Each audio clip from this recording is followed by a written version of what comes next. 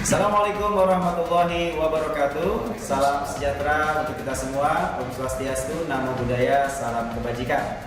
Hai sahabat BPSDM. Hai. Pada video kali ini kita akan berdiskusi tentang refleksi dan simulasi kepemimpinan transformasional.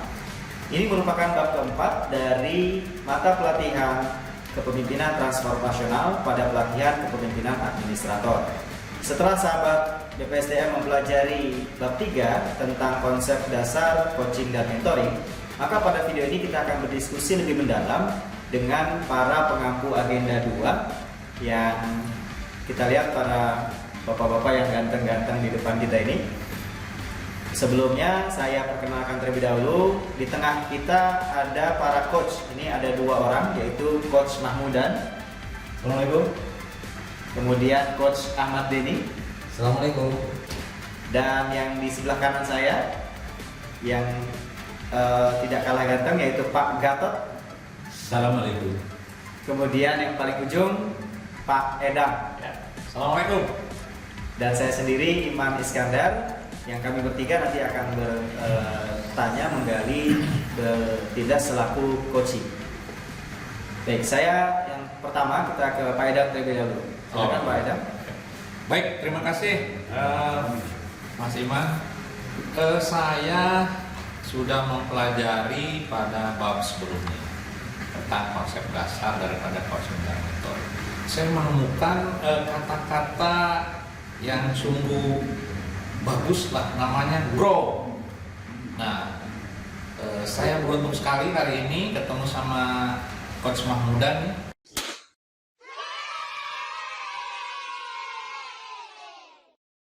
Kebetulan penulis bukunya Grow, salah satu penulis bukunya Grow, tentang Grow. Jadi Grow itu seperti apa? Apa maksud Grow, itulah ceritanya. Gimana? Baik, terima kasih Kang Edam. Ini menarik pertanyaan yang disampaikan oleh Kang Edam. Apa yang dimaksud dengan coaching grow atau coaching dengan model grow?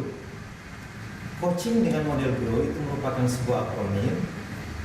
Grow itu adalah diawali dengan G, itu goal, R itu reality, kemudian O itu option, dan W itu ada yang menyebut will atau what's next. Nah, goal itu adalah sebuah proses coaching diawali dengan tahapan pertama, yaitu goal atau menentukan tujuan.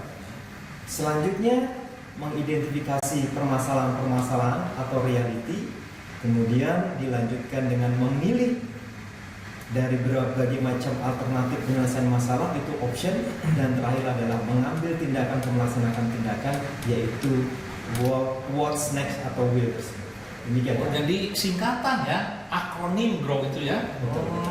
Kalau goal itu sendiri gimana tuh goalnya?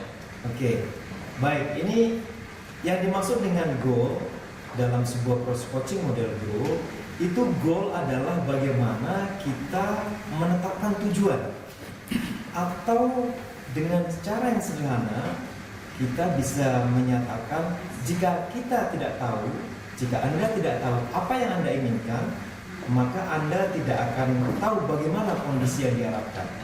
Poinnya adalah bagaimana kita menetapkan tujuan di dalam sebuah organisasi. Nah, kemudian cara-caranya atau cara melaksanakannya, coaching ini adalah sebuah dialog, Kang Edam, sebuah diskusi antara coach dan coachee. Maka coach bisa bertanya kepada coachee dengan pertanyaan-pertanyaan yang mengarahkan pada tahapan goal. Misalnya pertanyaannya begini, apa yang Anda akan perbaiki di organisasi Anda? Iya. Apa indikasi kondisi yang ada saat ini? Sejauh mana peran Anda dalam mewujudkan kondisi tersebut? Nah, pertanyaan-pertanyaan seperti itu harus dikomunikasikan antara coach dengan coachee.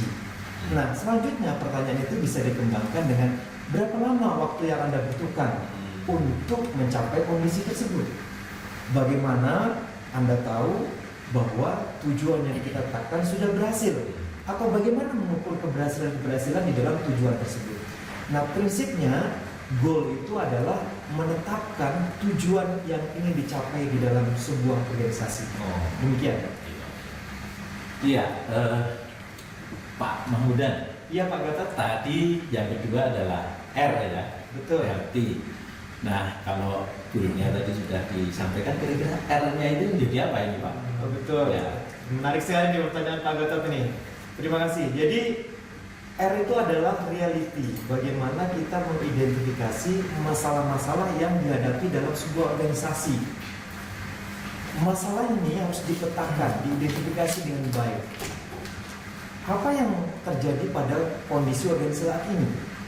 Maka kita harus tahu dengan persis sehingga kita tahu masalah apa dan bagaimana cara mengatasi masalah tersebut.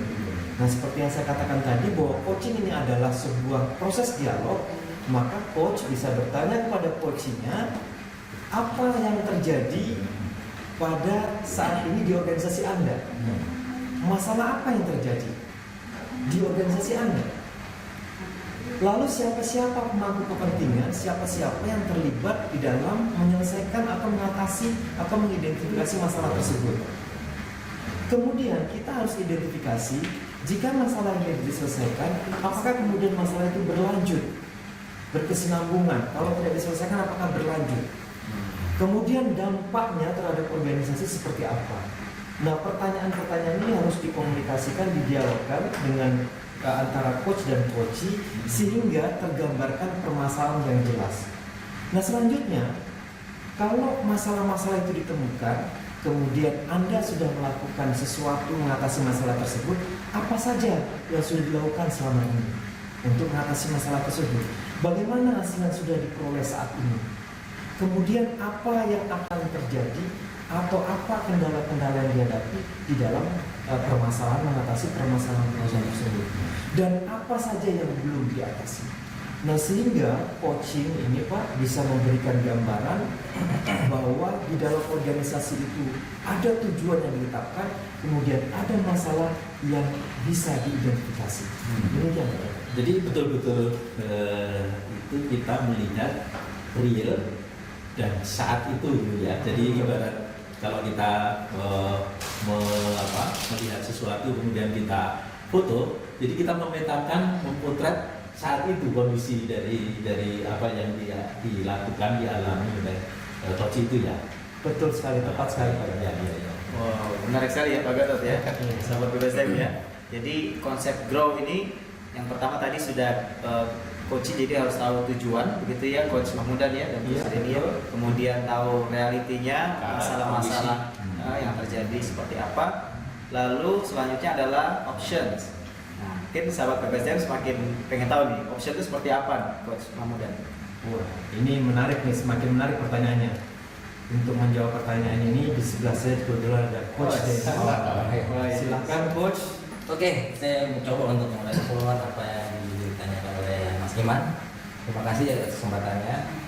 Grow itu memang harus semuanya dilakukan dalam setiap organisasi. Ya, kita hanya membahas tentang option ya. Option itu ada pilihan. Kenapa ada option? Karena mempunyai pilihan solusi lebih baik daripada tidak sama sekali. Jadi di dalam setiap organisasi sudah pasti ada anggota di dalam organisasi itu. Jadi masing-masing anggota tim itu biasanya menyampaikan solusi-solusi persepsi mereka masing-masing. Disitulah terjadilah option pilihan-pilihan.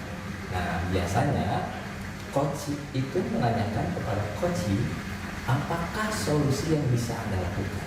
Karena seperti yang tadi Pak Mahmudan bilang bahwa coach dan coach itu memberikan metodologi, strategi pertanyaan-pertanyaan. Kemudian ada pertanyaan yang lain lagi, apalagi yang dapat Anda perbuat dengan solusi yang ada itu.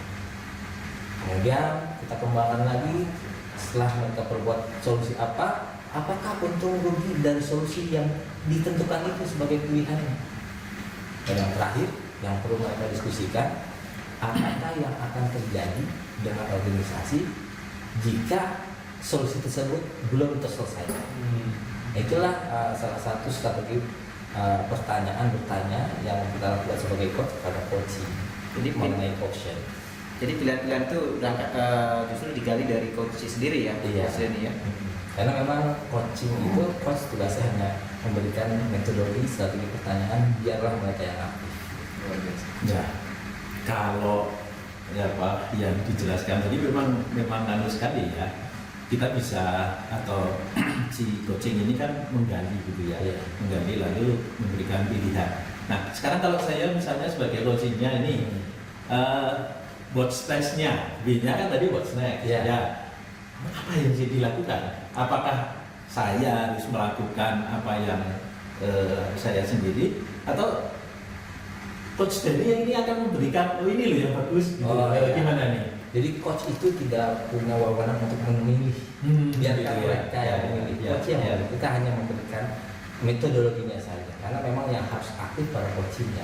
Dari tadi beberapa opsi yang bisa kita pilih, biasanya mereka menentukan mana yang paling prioritas. Jadi banyak opsi-opsi, priority among priorities. Jadi diambil yang prioritas. Setelah itu mereka memilih yang mana yang dipilih solusi dari beberapa solusi itu.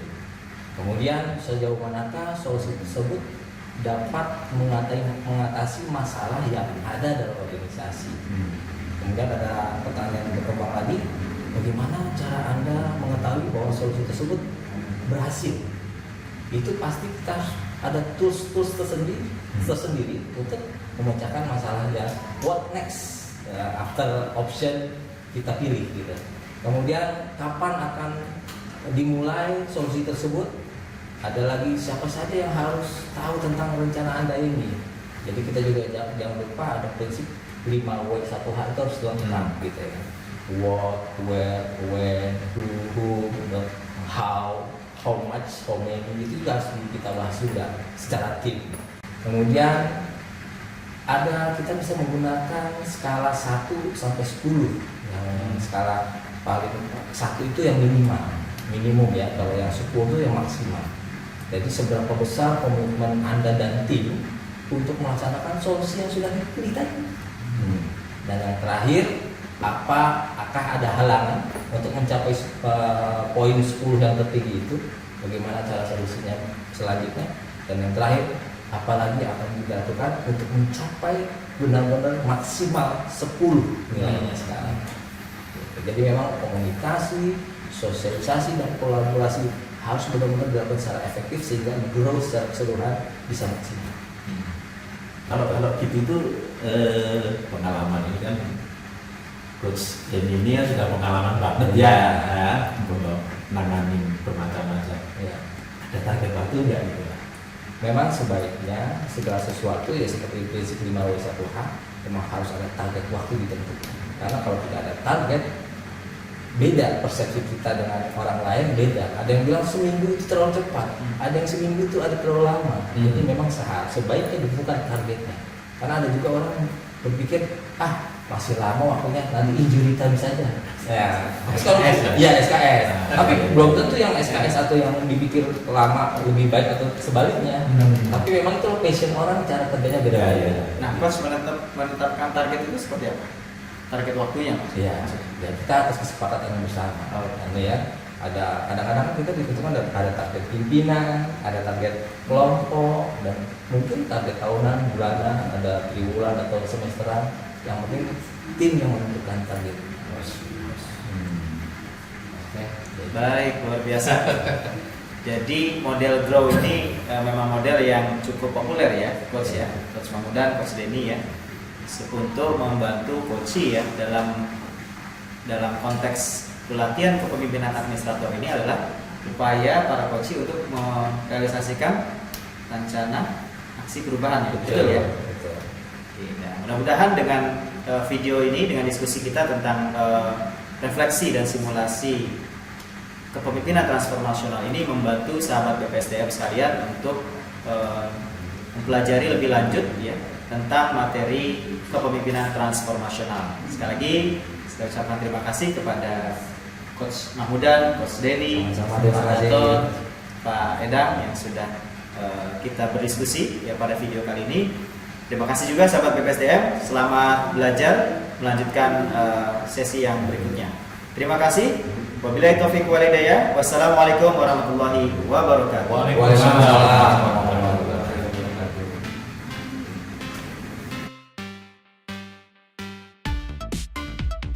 Halo, kita ketemu lagi dengan kami pengampu Agenda 2 PKA. Perkenalkan diri, nama saya Gatot Setio Tamtomo. Saya Edang M. Kendana. Saya Mahmudan Sadik. Saya Ahmad Denny. Saya Iman Iskandar. Semangat belajar untuk bersama.